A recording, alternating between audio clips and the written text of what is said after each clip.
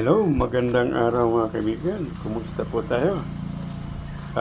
Mga kaibigan at eto, samahan niyo po ako ay pupuntahan ko itong aking mga tanim na pinya at dahil nga mga kaibigan at nakikita nyo, halos hindi na po makita yung mga tanim ko dahil ay napabayaan natin.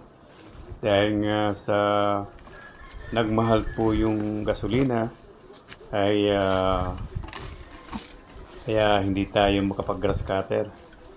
Ayan at magdala-dala ako mga kaibigan ng eto makikita nyo yung panungkit ko dahil siyempre nakakatakot din dahil ito masukal talaga.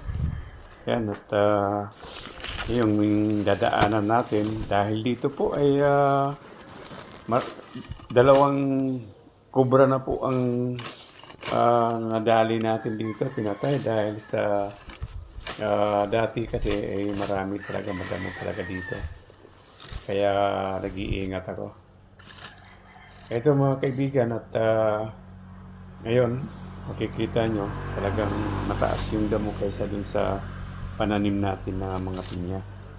At kailangan talaga na susuyurin natin dahil ito mga kaibigan at minsan talaga ay hindi ko inaabutan at nauunahan tayo ng ating mga mababait din na mga kababayan na siyempre nangangailangan din ng gusto rin kumain ng pinya na wala namang tanim. Okay lang yun mga kaibigan kaysa naman na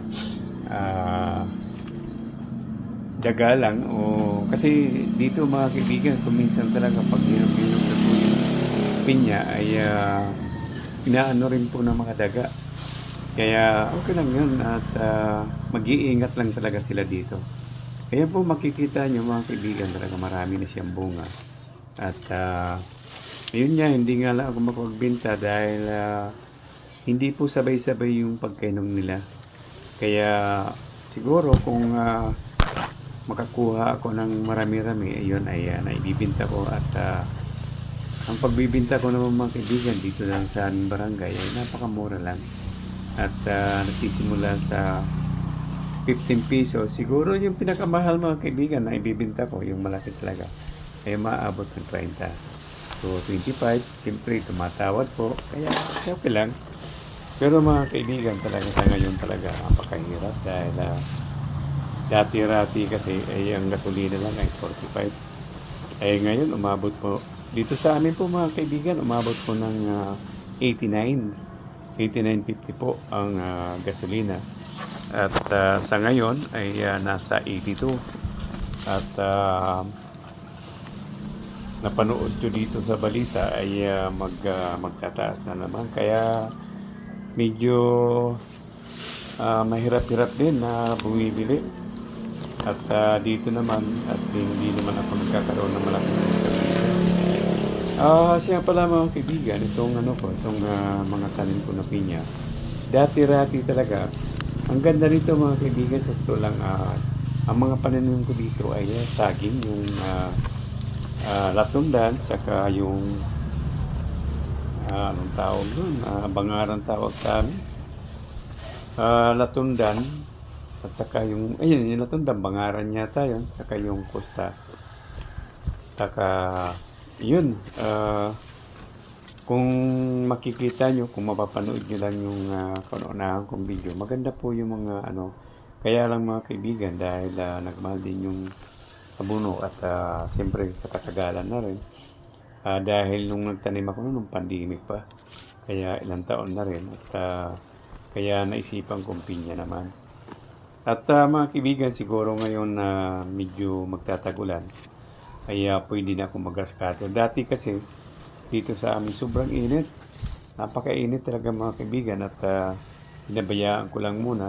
At saka yung pangalawa, yung una, saka pangalawa, ay yung gasolina, yung talaga dahilan. At saka yung sobrang init. Kaya okay rin naman ganyan mga kaibigan. Dahil kahit mainit na mainit, ay natatabunan sila ng mga yung mga damo. Yan nakikita niyo mga kaibigan at hindi po sabay-sabay yung pagkinog. Ayan. Alam mo mga kaibigan at itong pananim kong pinya, talagang napakatamis. Dahil nga siguro sa panahon na tag-init, kaya yung mga pinya ay matamis.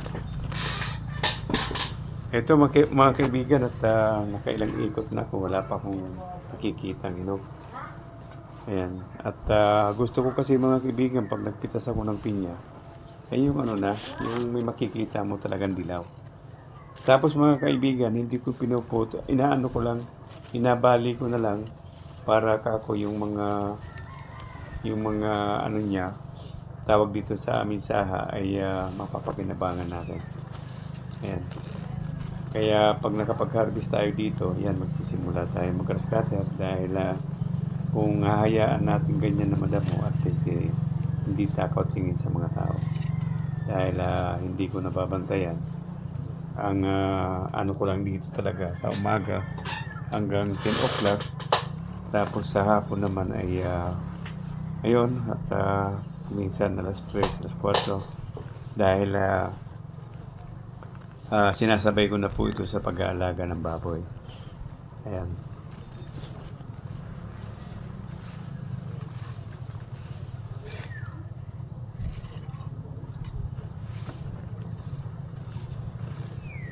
Nakakatuwa mga kaibigan, talaga nagdala talaga ako ng yun yung panungkit ko ng saging, yan yung pag nagdi-delivery ako. Ay yun ang ginagawa ko para pantaboy.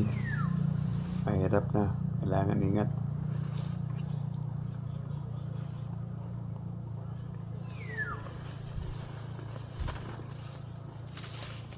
Wala akong makitang hinog. O yun, parang ito. Ayan, yung tinuturo ko, parang parang may dilaw na. At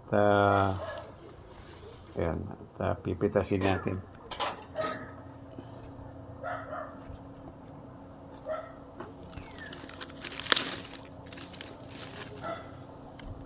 Ayun mga kaibigan, ito, hinog na talaga.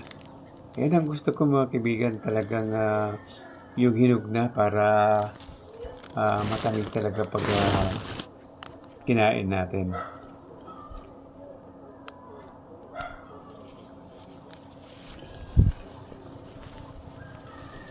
Ayun mga kaibigan at sa kaiikot ko ay isa lang ang ating kitang hinog. Siguro hayaan ko muna ng mga ilang araw, siguro mga 4 na araw bago natin bisitahin ulit at makakita tayo ng medyo marami-raming hinog at para makapagbinta naman tayo.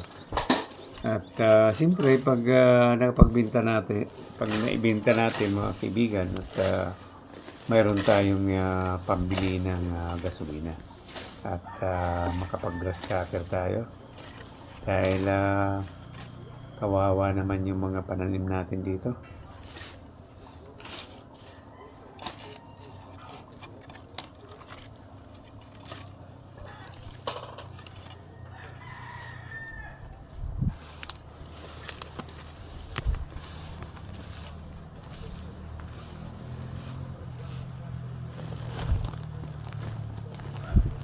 Ayun mga kaibigan, uuwi na tayo. Wala talaga. Isa lang ang nakita natin na mapapakinabangan, makakain natin dahil hinog.